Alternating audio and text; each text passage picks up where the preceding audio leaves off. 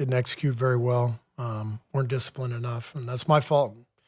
I'm the coach of the team. I have to find a way to help this team, and I'm not doing a good job of that. We're down the stretch we're not executing, and but that's happening throughout the game at both ends. Missed rotations, missed coverages on defense, and then poor possessions offensively.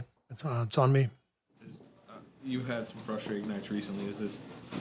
This is as frustrating a night as we've had all season for me. This game was right there for us to win, and we let them get right back in it.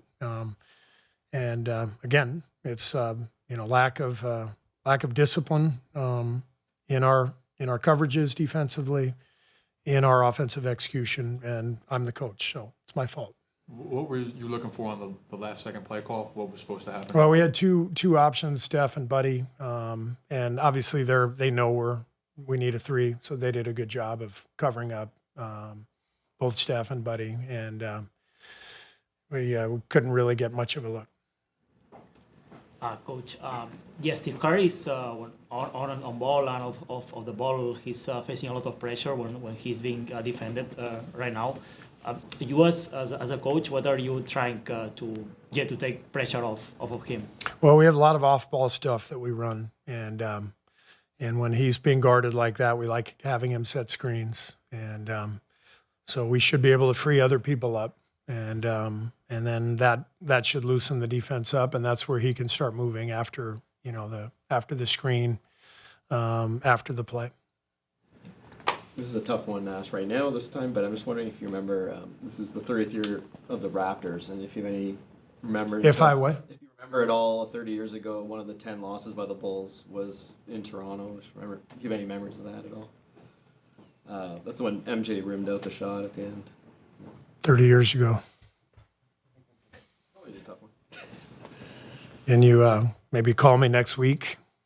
Now's a tough time to answer that question, as you said. I'm happy to.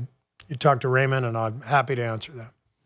With Buddy, I mean, how much of this is about him just getting hot at some point, or I don't know. What do you see with him offensively? Yeah, he's had some good looks, and he's a great shooter. We know that, and I think he's pressing a little bit. I think all our guys are pressing because they know our margin for error is slim, and so he's just pressing. But I trust him. I mean, I put him in the last play because I believe that he's always going to make the next shot, and